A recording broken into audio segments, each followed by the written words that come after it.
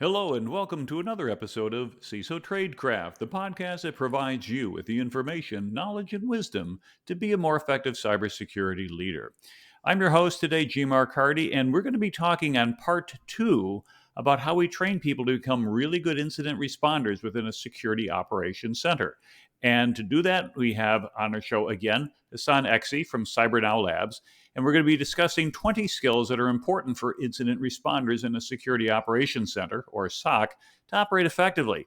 Now, if you were here on our last episode, I will cover the first 10 and a quick recap. If you want to hear more in detail, of course, go listen to that episode. And then we're going to pick up with number 11.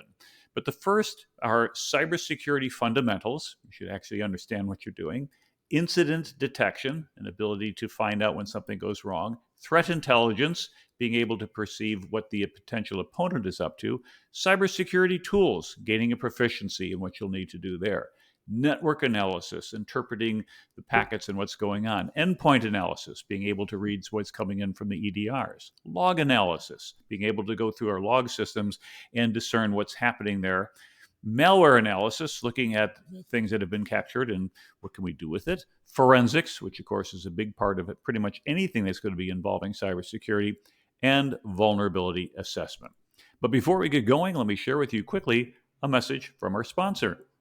Do you currently manage multiple compliance frameworks? Are they causing inefficient processes, departmental friction, or staffing issues? Have you ever considered outsourcing your entire compliance program?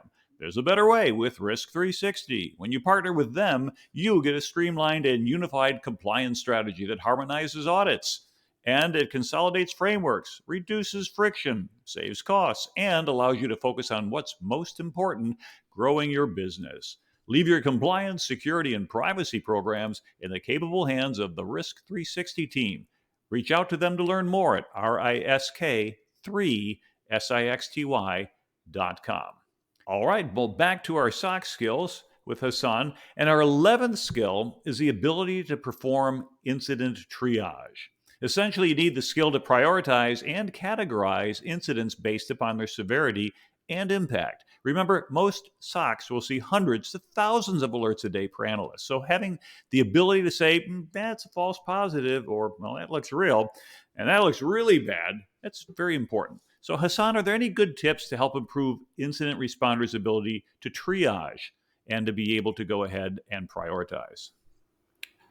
Yes, of course. I think one of the key things that helps the most is for those analysts to develop a strong understanding of their environment.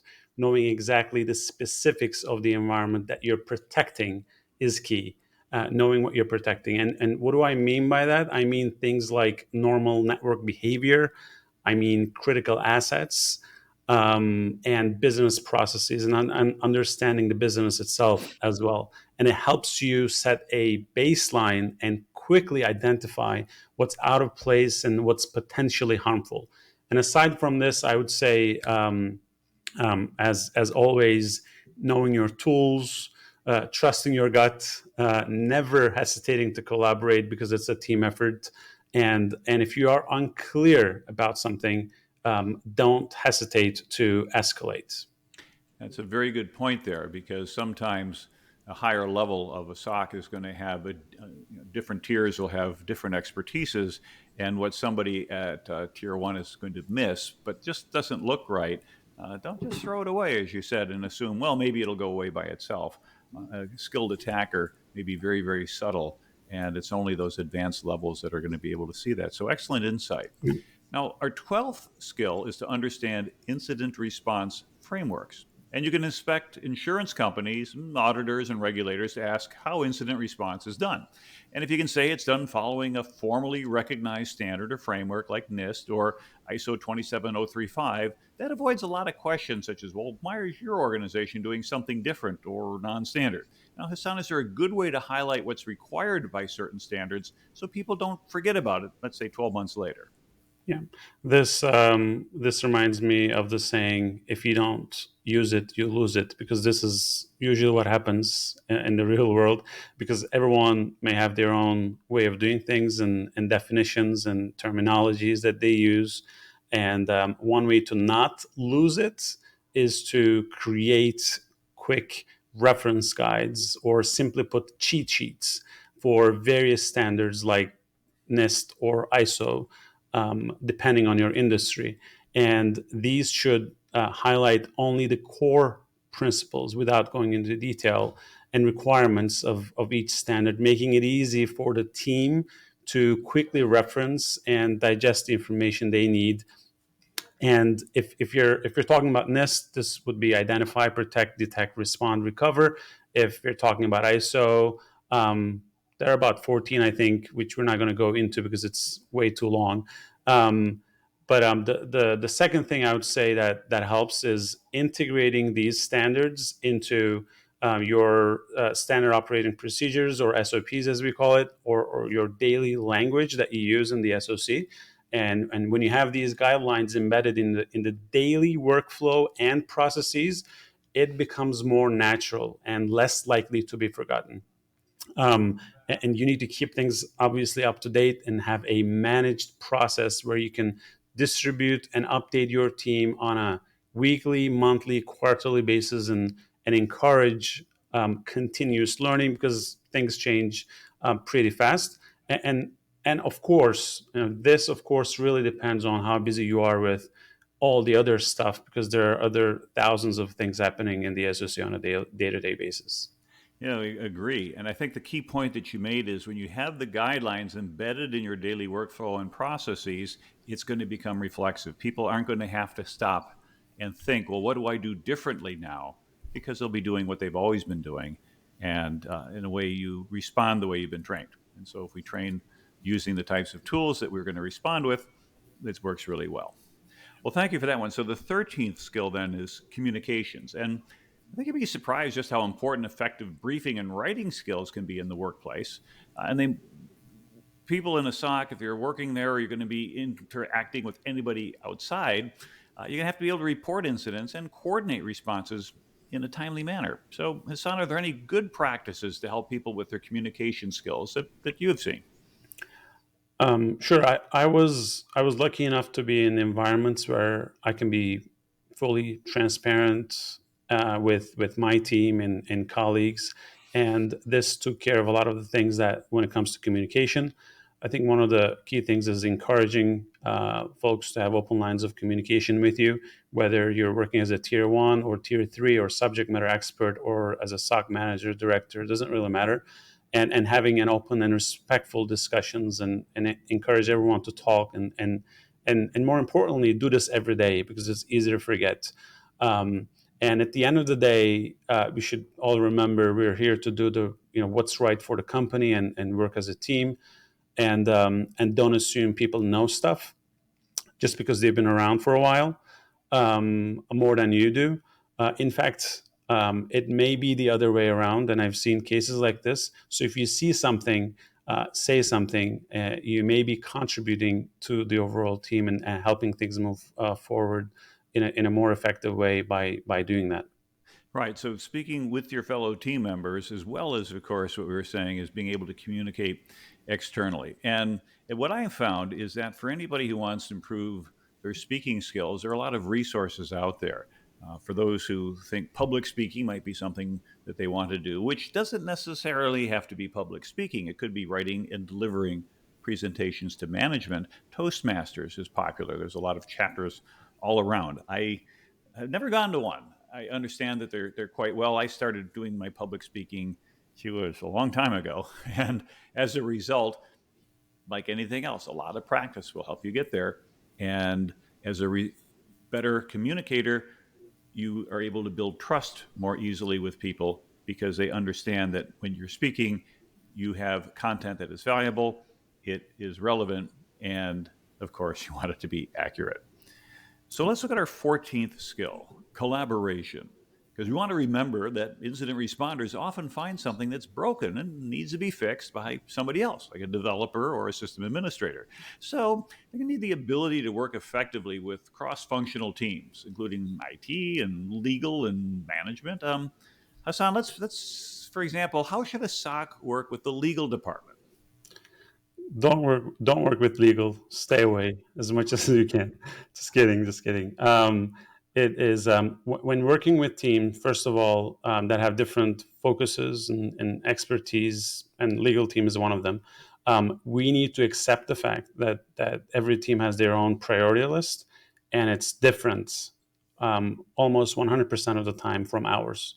And in my opinion, the best way to go up on the priority list is to allow the legal team, in this case, to them to educate us about us being the SOC team, about what they do, how they do, the type of business that we're in, and what we should expect from each other as a team. And here's the tricky part: and be genuinely interested in what they have to offer. And this will open a line of communication and trust between the teams. And from this point on, the most effective way is in my opinion, is to include legal teams in your incident response drills and exercises. This not only helps the legal team understand their role in a security incident, but also allows the SOC team to understand how legal considerations can impact incident response as well. Um, Contract, for example, contract or vendor management is a good example. It's another area of interest for SOC teams. I have worked with third-party risk management teams in the past, and found legal teams assistance to be very extremely helpful, especially where data sharing or third-party risk are concerned, especially in overseas incident response cases as well. Yeah, and so from a legal perspective, as you had mentioned a couple of things, I just kind of want to recap. Number one, of course, is making sure we operate within the law. And for the most part, it means we're defensive. I remember back in the 90s, I worked for a company called Secure Computing Corporation, and they had a software product called Sidewinder.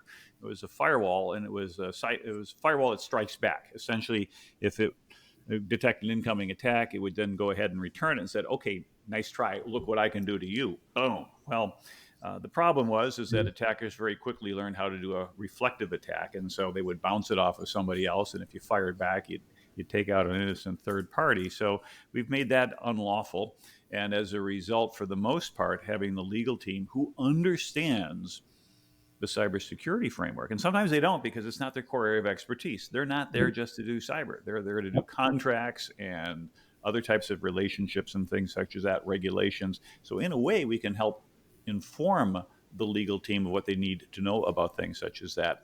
And the other end, as you had mentioned, on third-party risk and legal terms and conditions, being able to have a contract. And quite often we find that when a security product or tool, we want to add this to our SOC, there's going to be a whole big long list of terms and conditions, and usually they benefit the person who writes them.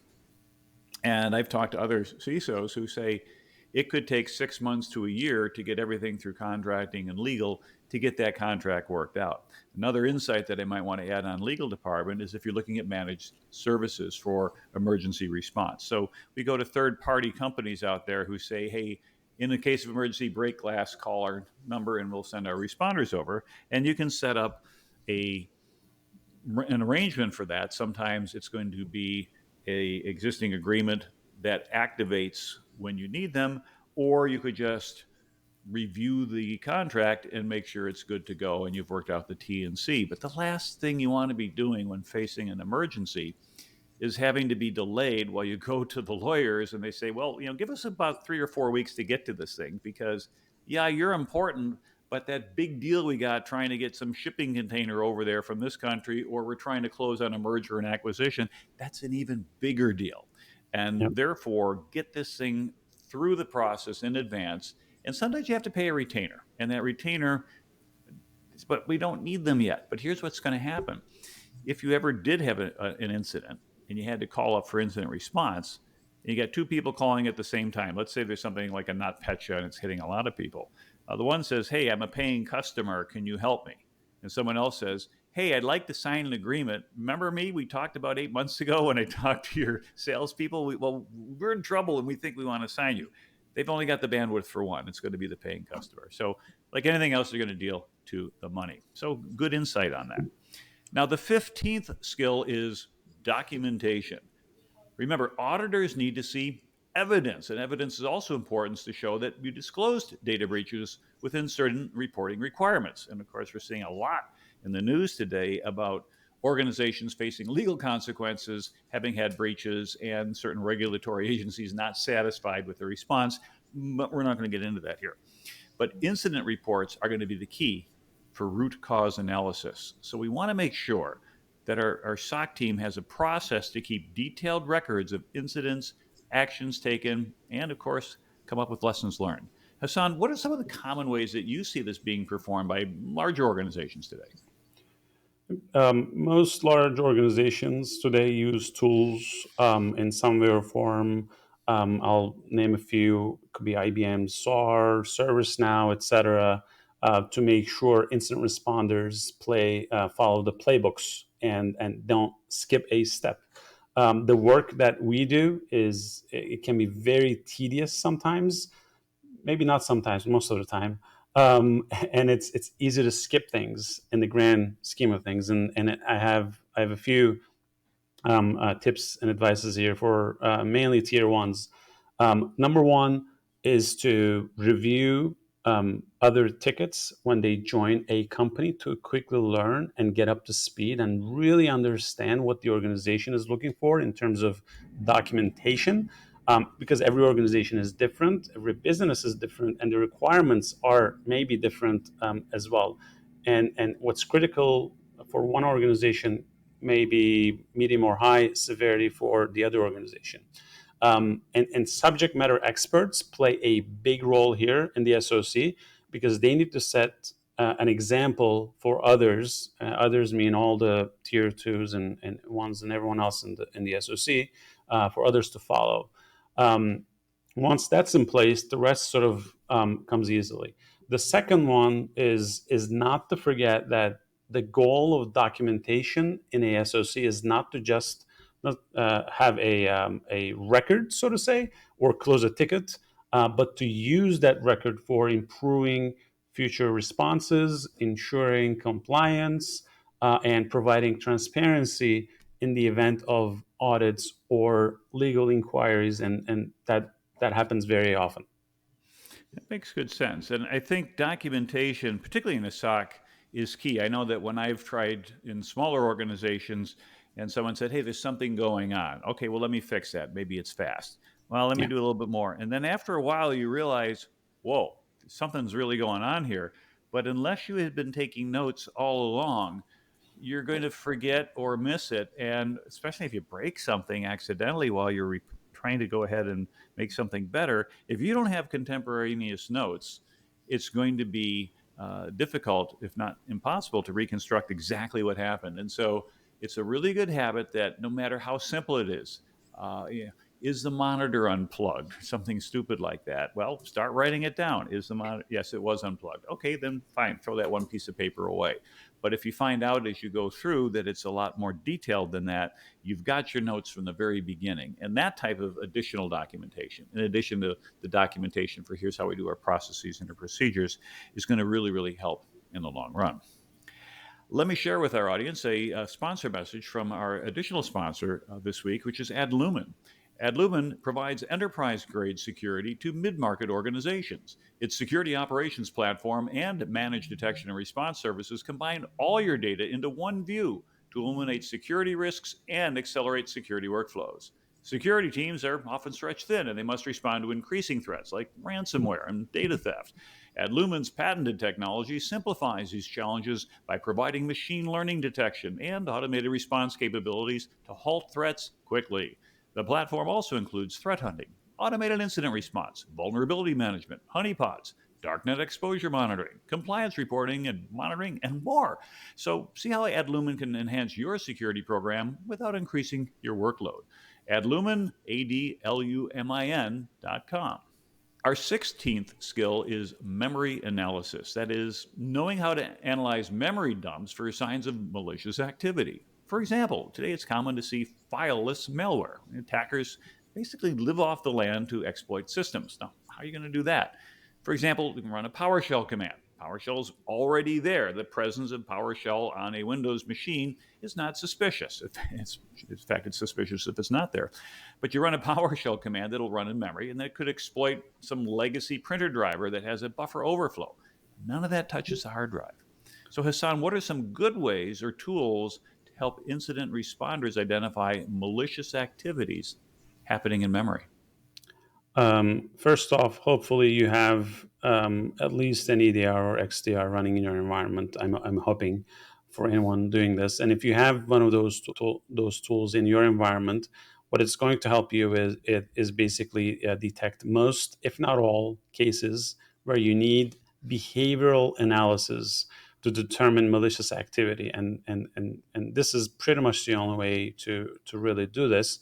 And what does that allow you? Monitoring command line activity via your EDR tool, let's just say CrowdStrike, will help you detect malicious behaviors and produce what we call indicators of compromise, IOCs. Um, these IOCs can then be used for scenario-based threat hunting activities to make sure all possible use cases are covered. Two of the open source tools that I've seen very useful are in the past are Redline and Volatility. To this date, they're still very popular. And Volatility for memory dump and Redline for memory analysis. Redline is actually that's one of the FireEye or I think Mandiant's with its new name tool. It's still open source. And you can also leverage internal AI language models or generative AI to determine what those command line arguments are carrying out in the backend. Because it may not be very obvious when you first see it. It may need some deciphering sort of to really understand what it is trying to do. But once you do that, then you pretty much get the idea. Oh, this is what it's trying to do. Okay, great. And I'm also hoping if all of this fails, that you have a forensics or malware person on your team to support you because it's a very tricky thing to do. Yeah, very good point. And of course, that might be when you phone a friend, so to speak, and take advantage of having some deep expertise from a third party. Our 17th skill for SOC teams is incident containment and eradication. And if we take a look at what Gene Schultz had put together, Department of Energy, what we call the pickerel model: preparation, identification, containment, eradication, recovery, and lessons learned. So PICERL, hence the acronym. And this framework gives us the best chance of success by removing bad actors from our environment, doing it in a way that we make sure we get the results we want, and then help us know what to look for if they try to come back in. Hassan, are there any good lessons learned regarding eradicating bad actors from a network? I think one good lesson learned for me was something that's very tricky too, is being able to understand the full scope of what's happening while also not tipping off the attacker. Mm-hmm. This way, we make sure we're not giving them a chance to change anything, change tactics, destroy evidence, or accelerate things on their end, their attack in some other way or form. This really helps. The other thing, other lessons learned from me is having a solid malware or forensics person on the team to get to the bottom of things and for root cause analysis and lessons learned. And here's why it's important, because at the end of the day, it really helps me as a SOC manager when I'm able to get in front of the business and say, we will not get compromised using the same method again. It's not 100%, of course, 99.9%. But Mm-hmm. being able to say that really helps. And you can only do that if you've done your root cause analysis and lessons learned thoroughly with the right people on your team. Very, very, very good point on that.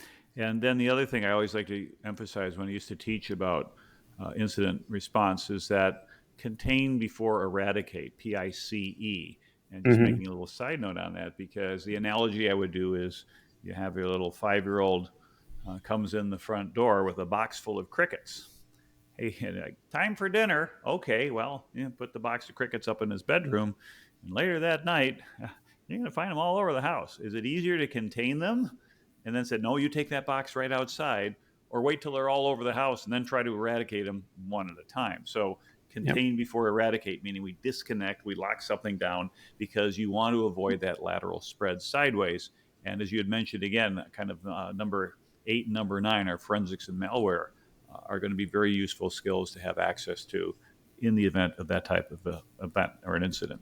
So let's get to our 18th skill. It's scripting and automation. And being able to code in a scripting language means that incident responders can automate tasks. I've got a book on my shelf. I'm not very good at reading it, but it's basically PowerShell in 30 days of lunches. And I'm thinking, first of all, it'd be useful to learn. And secondly, it's like, well, I'm a CISO, I shouldn't have to get down to that level. But we're talking about SOC teams who should know how to do this, or at least some people, and that can help their careers if they gain expertise in scripting. And so it's a good thing if you can automate tasks.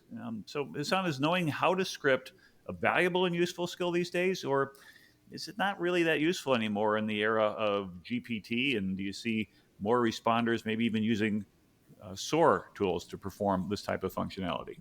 It's extremely valuable still today, and to be able to automate. A Mhm. CTO, friend of mine, used to say, if I'm doing something more than 10 times, I'm writing a script for it.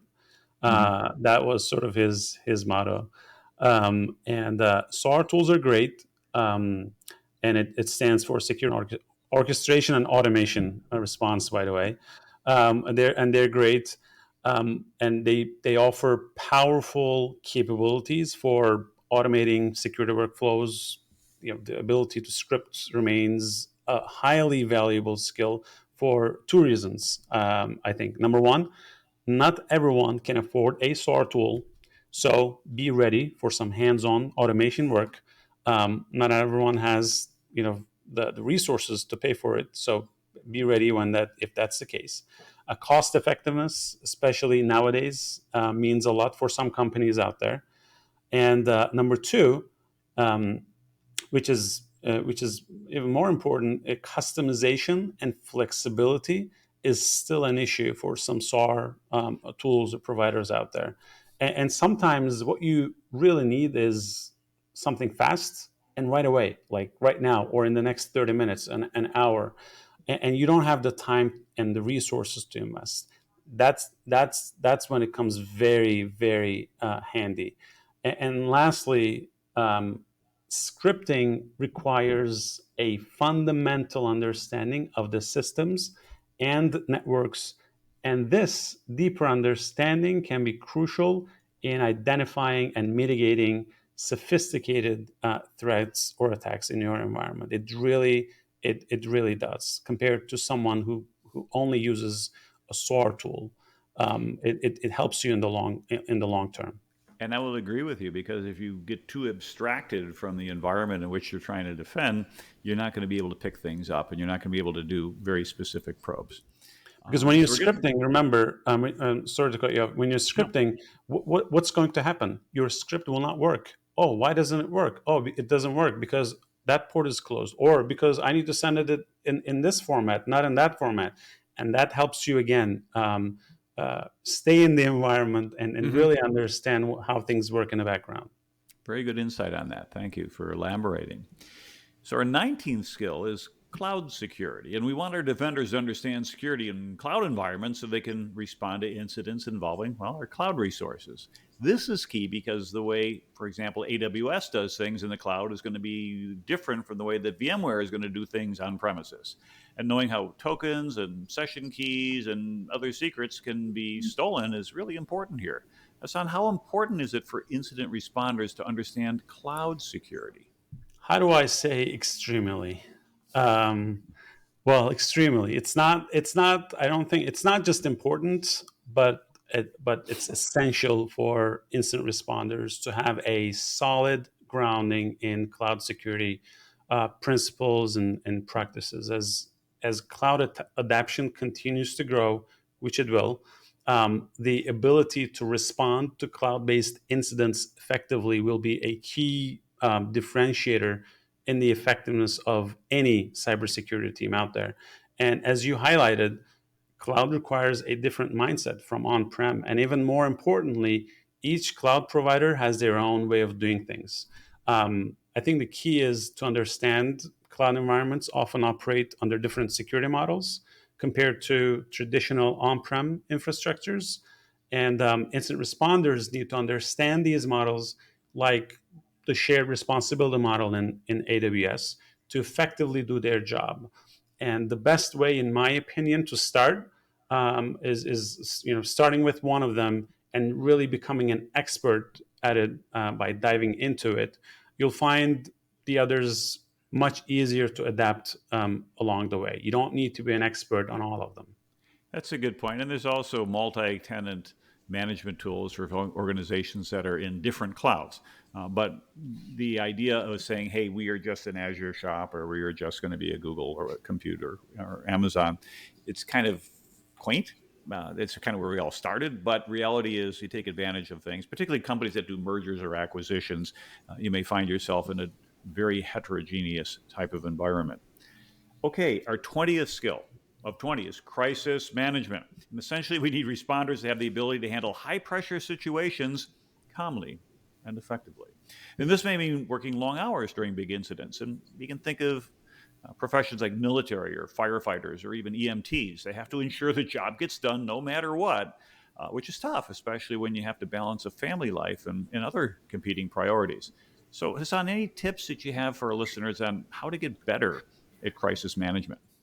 This reminds me of Mike Tyson saying, "Everyone has a plan until they get punched in the face." And when I think about crisis management, I think about what helps me with becoming ready when I get punched in the face. And I will get punched in the face. It's not a question of if, but it's when, right? And well, the answer is getting punched in the face. I need to do that from time to time to really experience it, right? And tabletop exercises, breach attack simulations, things of that nature. And there are multiple ways and names, acronyms here. But tabletop exercise is what we usually use, or breach simulations. It plays the biggest role, I think, mainly because it helps us go through that experience even if you know it's not real. And in the worst case scenario, what happens is you at least get to know about a playbook and key decision makers during a crisis. And it's like knowing your North Star. You have a direction and some level of guidance. You may not know all the details, but you know what to follow at the very least. Mm-hmm. Yeah. So, wow, this is a tremendous wealth of knowledge, and thank you for sharing this from what incident responders need to learn. There's technical, analytical, communications, interpersonal abilities that any incident responder is going to need to excel in a SOC environment. And it's also great to hear that these are exactly the types of things that you're creating with people going through your program at CyberNow Labs. And remember, listeners, if you're listening for great or looking for great incident response talent, be sure to check out his program. So, Hasan, we're getting close to the end of our show here. So, any departing thoughts you would like to leave with our listeners? Sure. Steve Jobs says, stay hungry, stay foolish.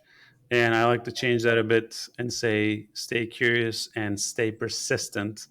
And cybersecurity is not a rocket science. Anyone can do it and master it as well. That's all I have to say. Thank you. Excellent. So, hey, not that we're going to have a quiz at the end, but kind of a quick recap here at the summary. So, the 20 SOC skills that we have enumerated over these two episodes: cybersecurity fundamentals, incident detection, threat intelligence, cybersecurity tools, network analysis, endpoint analysis, log analysis, malware analysis, forensics, vulnerability assessment, incident triage, incident response frameworks, communication, collaboration, documentation, memory analysis, incident containment and eradication, scripting and automation, cloud security, and crisis management. A very comprehensive list that you put together, and we've gone into the details on all of them. So, this is a tremendously valuable episode for those who are doing SOC training programs, for those who want to aspire to work in a SOC and be able to gain those skill sets and to know what is it that I should be spending my time on, and then ultimately those who are managing SOCs to be able to evaluate their effectiveness and say, I need to provide a little bit more emphasis or capabilities for this versus that. So thank you for all that you've shared. And I guess one last question: if someone wanted to get in touch with you, what's the best way to reach you? Feel free to email me at Hasan at nationalcyber.com. That's HASAN at nationalcyber.com, or via LinkedIn. Excellent. Well, hey, thanks again for coming on the show. And thank you again, listeners, for coming to increase your CISO Tradecraft. We hope you've enjoyed learning these 20 important skills that incident responders need. And as always, if you found this episode helpful, do us a favor and share it with your friends at work. Share it on social media. And do us a favor, subscribe if you're following us on YouTube. We'd like to see more subscribers on our Apple Podcasts, Spotify, YouTube, as I said, or LinkedIn. And one last ask: do us a favor and check out our sponsors. They keep the show free to you, and we think you're going to really like what they've got out there for the tool sets. So that's it for today's show. Have a wonderful day, and until next time, stay safe out there.